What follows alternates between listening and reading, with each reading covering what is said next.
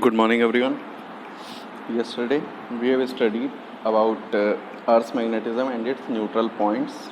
Today, we are going to solve some numericals and then we will start our new chapter, that is electromagnetic induction. So, firstly, see this numerical. It is not actually the numerical, it is some kind of concept question that we have already read in our theory class. Where on the surface of Earth is the angle of dip is 90 degree, means at which position of Earth's surface the angle of dip is 90 degree. See, we have seen it that at poles dip angle is 90 degree, but how? Consider at magnetic equator, means at this part of globe where magnetic equator lies. Here the magnetic field lines are just parallel to the surface. So here any needle, magnetic needle, orients like this, means parallel to the surface. So angle is 0 at magnetic equator. And if as we move northern hemisphere, so here magnetic field lines are somewhat inclined towards this north side. So magnetic needle will be oriented and inclined towards the north direction. So here this is the magnetic meridian and this is the horizontal direction in northern hemisphere.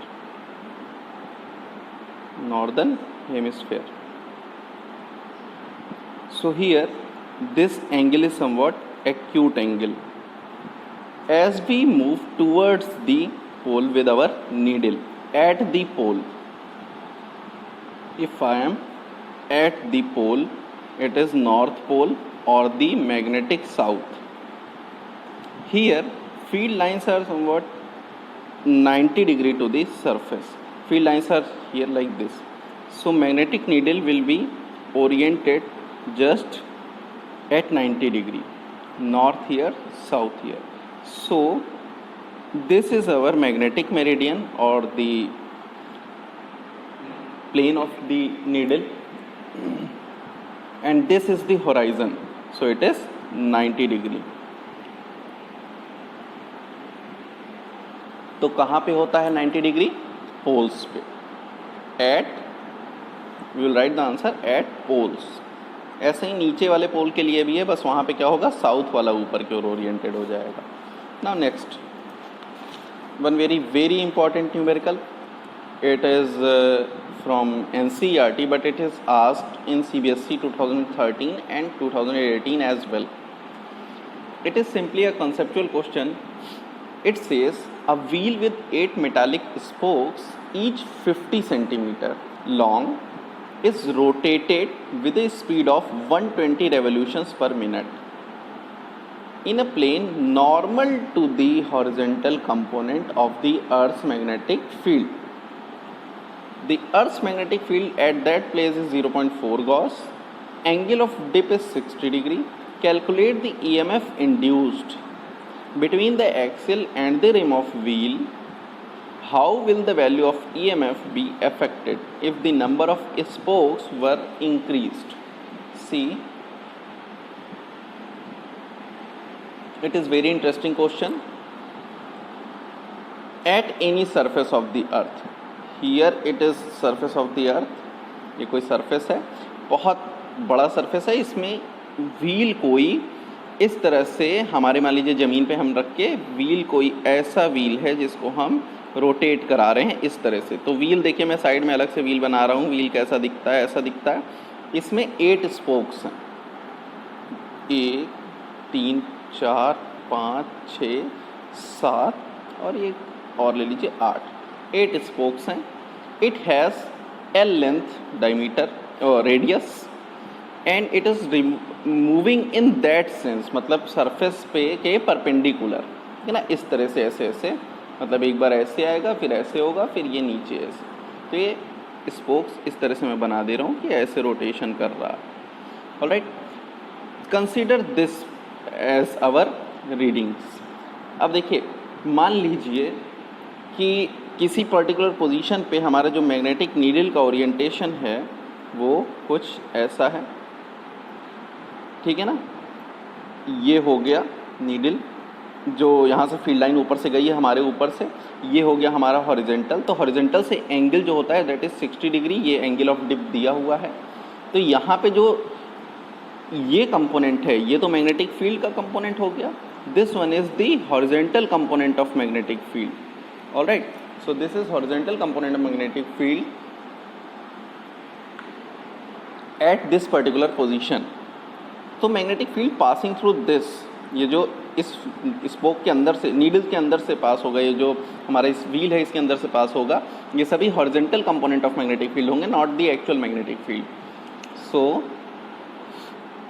Horizontal, ये कह रहा है कि ये ऐसे ऐसे नाच रहा है, तो इसके यहाँ इस पॉइंट एक्सेल और इस पर्टिकुलर पोजीशन के बीच का इंड्यूस्ड ईएमएफ कितना होगा इसके चक्कर खाने के बाद, ठीक है। तो इसका पहले मैं हॉरिजेंटल कंपोनेंट निकाल देता हूँ, फिर उसके बाद हम समझेंगे कि ये क्यों ये जनरेट होता है। Horizontal component of field at that place, ठीक है। क्या होगा इसको देखिए, B H is equals to B cos 60 degree, so it is equals to B cos 60 is equals to 1/2 into 1/2, और बी की वैल्यू दी हुई है 0.4 गॉस मल्टीप्लाइड बाई 1/2, ठीक है। तो ये एक्सप्रेशन वैल्यू आ गई हमारी। तो इसको हम लिख सकते हैं 0.2 गॉस। अब अगर इसको टेस्ला में चेंज करेंगे, 1 gauss is equal to 10⁻⁴ tesla. So B H is equals to, B horizontal is equals to 10⁻⁴ tesla. This is our horizontal component. अब यहाँ से हमारा सारा मैकेनिज्म शुरू होता है कि कैसे हम यहाँ पे ईएमएफ निकालें। तो अब देखिए ये कहाँ से आया, ये क्यों व्हील के नाचने से क्यों बन रहा है ईएमएफ, उसको हम देखते हैं। देखिए एक रॉड अगर लिया जाए, ठीक है ना, रॉड ये उसकी एक्सिस हो, जब मान लीजिए इस एक्सिस को, ये वाली एक्सिस है हमारी, ये ओ एक्सिस है, ये रॉड की लेंथ एल है, अगर दिस वन इज एल, और अगर इस रॉड को ऐसे इस सरफेस पे, मतलब इस एक्सिस के परपेंडिकुलर ऐसे ऐसे ऐसे ऐसे रोटेट कराया जाए, ठीक है ना, इस तरह से रोटेट कराया जाता है, तो रॉड, अब देखिए ये एक सर्कुलर पाथ होगा जिसमें ये वाली रॉड, जिसका सेंटर ये ओ पॉइंट मैं ऐसे बना दे रहा हूँ, ये रॉड का दूसरा कोना ए है और ये लेंथ कितनी है, एल है। अब ये ऐसे ऐसे रोटेट कर रहा है, मान लीजिए एक यूनिट टाइम में, if it moves theta angle in time T, या इन यूनिट टाइम, आप इसको थीटा टी भी ले सकते हैं। तो यूनिट टाइम में थीटा एंगल ये स्वीप कर गया, तो इसने एक सेक्टर मूव किया, क्या मूव किया, एक पूरा एरिया स्वीप किया, ठीक है ना, ए पॉइंट से कहाँ तक गया, बी पॉइंट तक ये रॉड गई, ठीक है। तो area of sector swept by this rod, ये रॉड स्वीप करेगा एक एरिया, कितना, आपको याद हो θ/360, अगर हम इसको रेडियस में उसमें निकालें एंगल्स में, θ/360 πr², ठीक है ना, ये इसका एरिया होगा। अभी इसको अगर हम रेडियन में चूज़ करें तो थीटा 182 हो गया, तो 1/2 θr², या half r² theta area of sector OAB, ये एरिया हो गया। अब इतना एरिया ये स्वीप करेगा। अब देखिए इतना एरिया ये स्वीप कर रहा है, ये रॉड है मेटल का जो ऐसे ऐसे चक्कर खा रहा है, ठीक है ना। अब ये रॉड मैंने अब इसको दूसरे तरह से देखा, इस तरह के सेंस में देखा, जैसे ये तो मैंने आपको बताया कि एक रॉड था, ये ऐसे चक्कर खा रहा है। अब इसको मैं व्हील की तरह देखूं, यानी इसको ऐसे रखा है, इसको उठा के ऐसे कर लूँ, तो मुझे एक व्हील की तरह नज़र आएगा। ये रॉड हमारा ऐसे, तो ये इस तरह से प्लेन में चक्कर खा रहा है, आपके 90 डिग्री प्लेन में, and some field is like this, some field is like this much oriented, field at 90 degree passing through the plane of this rotation of this rod, ठीक है ना, ये L लेंथ का रॉड है। अब ऐसे में जब ये रोटेशन कर रहा है तो इस तरह चक्कर खा रहा है ना, और फ्लक्स ये फील्ड लाइंस है, तो इसके अंदर एक तरह का EMF जनरेट हो जाएगा, वोल्टेज इसके चक्कर खाने के कारण, ठीक है ना। क्यों? क्योंकि चेंज इन फ्लक्स हो रहा है, मैग्नेटिक फ्लक्स में चेंज हो रहा है। ये हम आगे पढ़ेंगे कि फैराडे लॉ ऑफ इंडक्शन क्या कहता है। तो EMF induced is equals to change in, इसको खैर वैसे वैसे चेंजिंग मैग्नेटिक फ्लक्स है, EMF इंड्यूस करता है, ये आपने 10th में भी पढ़ रखा है। So E is equals to D phi by D T आपने पढ़ा होगा। This is now this D by D T phi can be written as B dot A, magnetic flux, इसको मैं और एक बार पढ़ा दूंगा अभी जब हम फैराडे लॉ ऑफ इंडक्शन पढ़ेंगे। B dot A, phi is equals to B dot, B is the magnetic field here and here it is B H, so it is B horizontal, और डॉट ए एरिया, ये चूँकि देखिए ये इसको ऐसे ले लीजिए कि जैसे मेरा हाथ का प्लेन है ना कि 90 डिग्री टू दिस प्लेन है, तो पेपर के प्लेन में फील्ड लाइंस है और ये जो रिंग बनी हुई है ये ऐसे है, यानी ये जो रॉड ऐसे घूम के रिंग बना रहा है ये हमारे 90 डिग्री पे। तो एरिया वेक्टर किधर होगा, ये भी इसी डायरेक्शन में एरिया वेक्टर भी होगा। Then the angle between B H and A is equals to 0 degree, so we can take it as B dot A is equals to B A only, so B H into A and it is D by D T area. Now this B H is a constant quantity, क्योंकि B H उस particular position पे change नहीं हो रहा है ना, horizontal field. Then B H D A by D T, but A is what the area of this sector. मान लीजिए यूनिट टाइम में वो एक इतना सेक्टर पार करता है, एक यूनिट टाइम में ये थीटा एंगल स्वीप करता है, थीटा एंगल स्वीप करता है। Then we can write D A by D T B H multiplied by D by D T of area half of R square theta, area of this sector. मान लीजिए ये rod एक time में यहाँ से ऐसे तक गया तो इसने थीटा एंगल स्वीप किया तो इसने एक सेक्टर बनाया, ठीक है ना, तो उस सेक्टर का एरिया। तो मान लीजिए ये हो गया बी एच। अब देखिए यहाँ पे radius is a constant quantity, so we can take it outside, outside R square.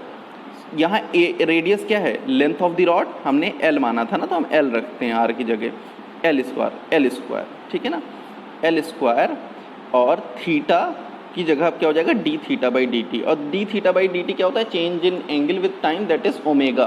So we can write B H multiplied by half L square omega.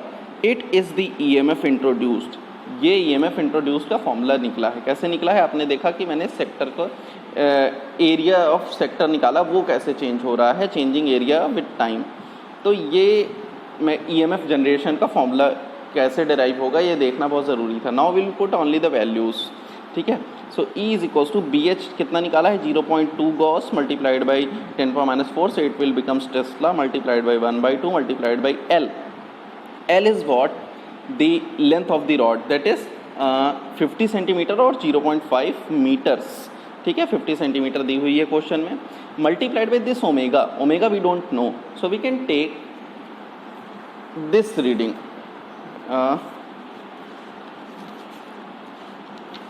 here omega, for omega it is 120 revolutions per minute, it is revolutions per minute, ठीक है। तो ये omega ना होके, angular ना होके, ये वो number of revolutions per second बता रहा है या पर मिनट बता रहा है।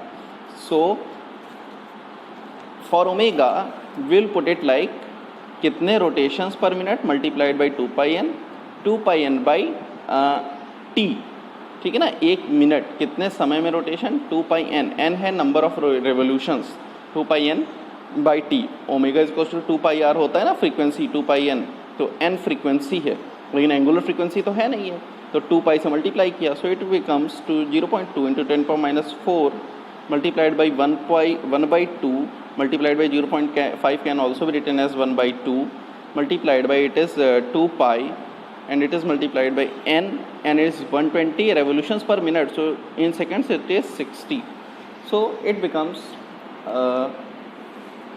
it is 3.14, 2 से 2 एक कैंसिल आउट कर दीजिए तो ये बन जाता है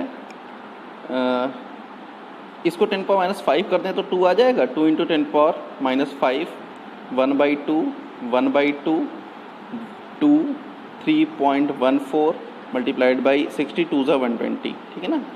तो ये क्वांटिटी हो गई। अब देखिए कितना बन के आ रहा है, एक 2 से ये वाला 2 कैंसिल आउट, एक से 2 से ये वाला 2 इंटू 3.14, 1 2 3 4 3.14। देखिए यहाँ एक गड़बड़ है, ये 0.5 स्क्वायर होगा ना, तो 1/2 का स्क्वायर अपने आप ही, देखिए इसीलिए एक एक्स्ट्रा 2 दिख रहा था मुझे। 2 ये कैंसिल आउट, ये वाले 2 2 इससे कैंसिल आउट, तो यहाँ कोई भी 2 नहीं बचेगा। 3.14 multiplied by 10 to the power -5 EMF पैदा हो रहा है, E volts. Alright, so this EMF will be introduced between the spoke and the rim. Alright, तो ये कॉन्सेप्ट कैसे आया है, ये फॉर्मूला कैसे आया है, इसको आपको समझना बहुत ज़रूरी। तो ये तो कुछ इंपॉर्टेंट क्वेश्चन है, बाकी इस चैप्टर से मैग्नेटिज्म एंड मैटर से थ्योरेटिकल क्वेश्चंस पूछे जाते हैं। Alright, then I am going to start today electromagnetic induction. Alright, electromagnetic induction, this you must have heard in the principle of electric motor or generator in class 10th. So it is simply that phenomena. Here, firstly, for understanding electromagnetic induction, we need to know what is magnetic flux. It is very important. अगर आपको flux समझ में आता है तो आपको पूरा electromagnetic induction समझ में आएगा।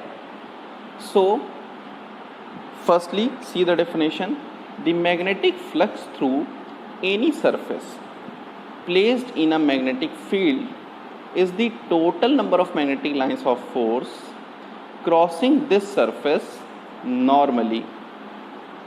It is measured as the product of the component of the magnetic field normal to the surface and surface area. यानी मैग्नेटिक लाइन्स ऑफ फोर्स किसी सरफेस से जो नॉर्मली पार हो रही होती है, normally means at 90 degree, then that total number of magnetic lines of force is called magnetic flux. See, it is quite easy to understand when it is at 90 degree. Means consider this field. समझिएगा, बहुत important है ये field lines, और dense कर लेते हैं इसको. These are field lines. यहाँ मैं यूनिफॉर्म फील्ड बना रहा हूँ, जरूरी नहीं है कि यूनिफॉर्म ही हो फील्ड.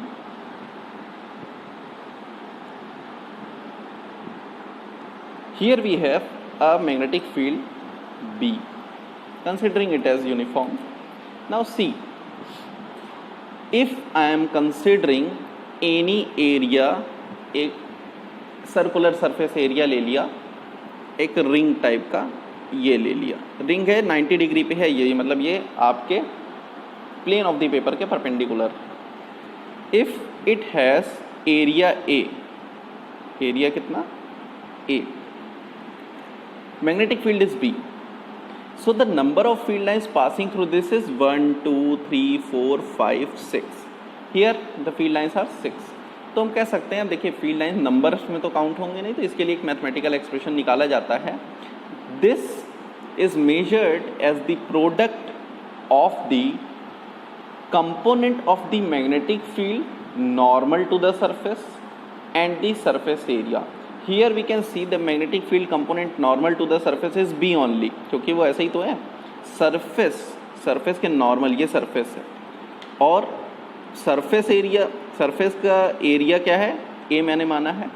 सरफेस की डायरेक्शन क्या होगी, देखिए area of the surface is a vector quantity, it has direction perpendicular to that surface area.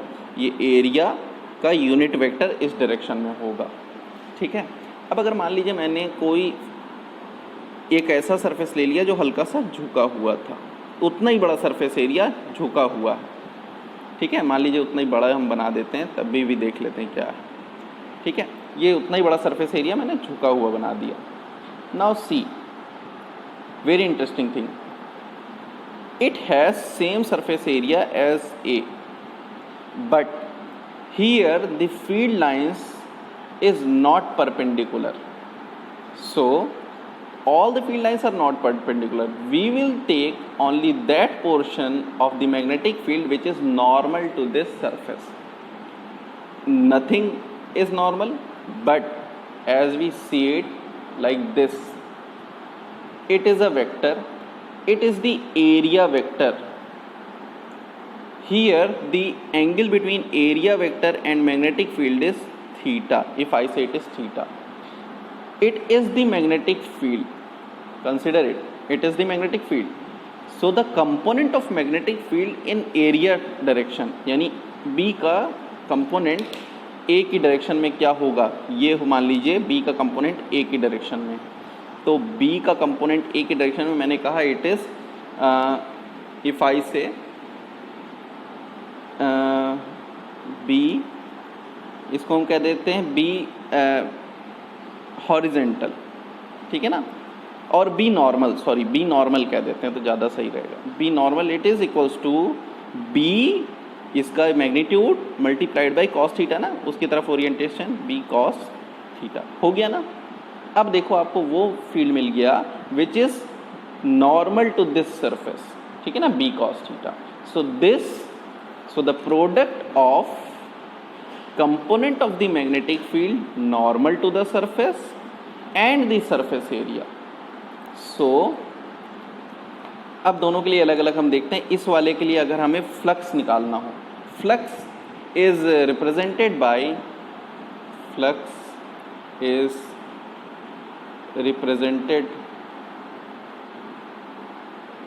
Bye phi, या मैग्नेटिक फ्लक्स है तो फाई बी कह दीजिए।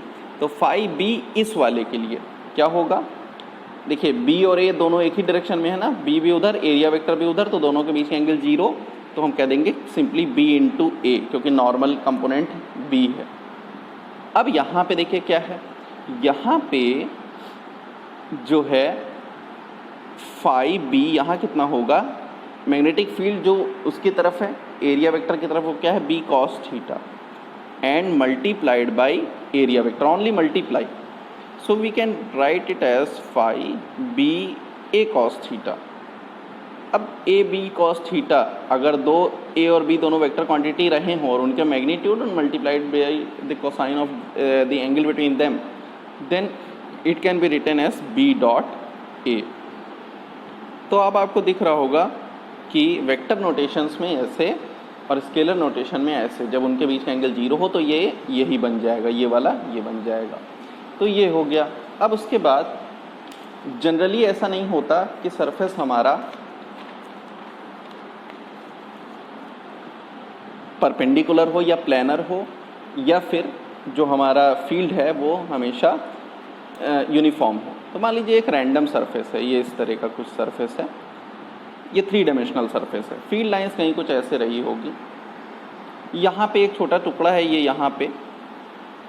अब देखिए ये पूरे सरफेस के लिए तो फील्ड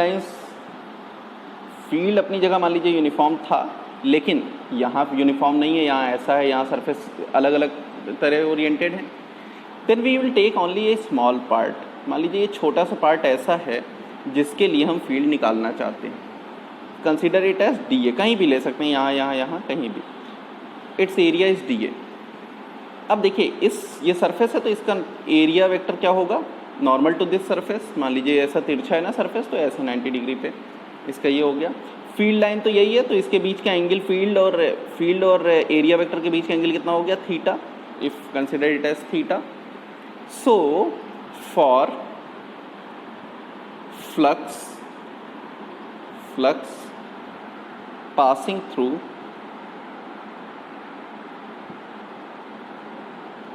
डी ए कितनी होगी, इसको मैं छोटा सा डी फाई से रिप्रेजेंट कर दे रहा हूँ, ये डी फाई ए से रिप्रेजेंट कर दे रहा हूँ। सो it is magnitude of the field in this direction, यानी बी कॉस थीटा कह लें, बी कॉस थीटा ये कह सकते हैं, और बी कॉस थीटा वो कंपोनेंट हो गया multiplied by D A area, ठीक है ना, ये डी ए इसका सरफेस एरिया है छोटे से। अब देखिए so d phi will be is equals to B d A cos theta. D A को हमेशा एक साथ पढ़िए, B d A cos theta को हम लिख सकते हैं बी डॉट डी ए, क्योंकि डी ए भी एक वेक्टर क्वांटिटी है और बी भी एक vector quantity. So it is the surface only, it is the flux only for this surface, this small surface d S. ठीक है. So that flux passing through the whole surface area, flux passing through the whole surface area will be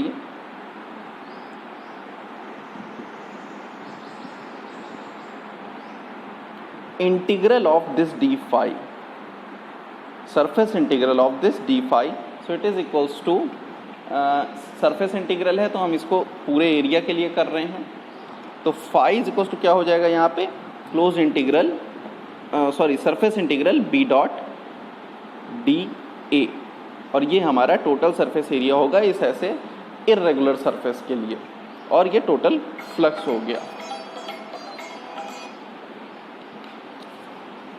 अब देखिए ये एक physical quantity है तो उसकी अपनी खुद की डायमेंशन भी होगी, खुद की एसआई यूनिट्स भी होंगी.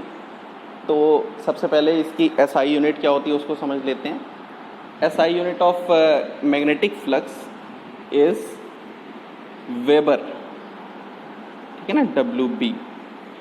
1 वेबर जो होता है मैग्नेटिक फ्लक्स है, ये मैग्नेटिक फील्ड नहीं है. मैग्नेटिक फील्ड को टेस्ला में रिप्रेजेंट करते हैं. It is equals to tesla into, just because it is B into A, phi is equals to B A, ठीक है ना, बी डॉट ए भी कह सकते हैं. So 1 weber is equals to 1 tesla multiplied by 1 metre square. ठीक है. So this is the SI unit. Now we can change it in CGS unit also. CGS unit इसकी क्या होगी, 1 वेबर 1 मैक्सवेल. यहाँ पे सीजीएस यूनिट होती है maxwell. 1 maxwell is equals to, here we will use the CGS unit of magnetic field, that is 1 gauss multiplied by 1 centimetre square, just because here it is CGS, here it is CGS. अब आप उनके बीच में आपस में relation भी निकाल सकते हैं. सो गॉस इंटू सेंटीमीटर स्क्वायर क्या होती है, सीजीएस यूनिट होती है. अब अगर इनके बीच में रिलेशन लेना हो, relation 1 weber is equals to 1 tesla into 1 metre square. एक टेस्ला में कितने होते हैं, 10⁻⁴ गॉस. एक टेस्ला में 10⁻⁴ गॉस, तो 10⁻⁴ गॉस मल्टीप्लाइड बाई कितने सेंटीमीटर स्क्वायर, 10⁻⁴ सेंटीमीटर स्क्वायर हो गए, क्योंकि मीटर स्क्वायर है. टेस्ट देखिए मैंने क्या किया, वेबर में टेस्ला इंटू मीटर स्क्वायर को टेस्ला की जगह गॉस और मीटर स्क्वायर की जगह 10⁻⁴ सेंटीमीटर स्क्वायर रख दिया. ठीक है. तो ये कितना हो जाएगा, 10⁸ मैक्सवेल, क्योंकि गॉस सेंटीमीटर क्या होता है, मैक्सवेल. तो 1 weber is equals to 10⁸ Maxwell.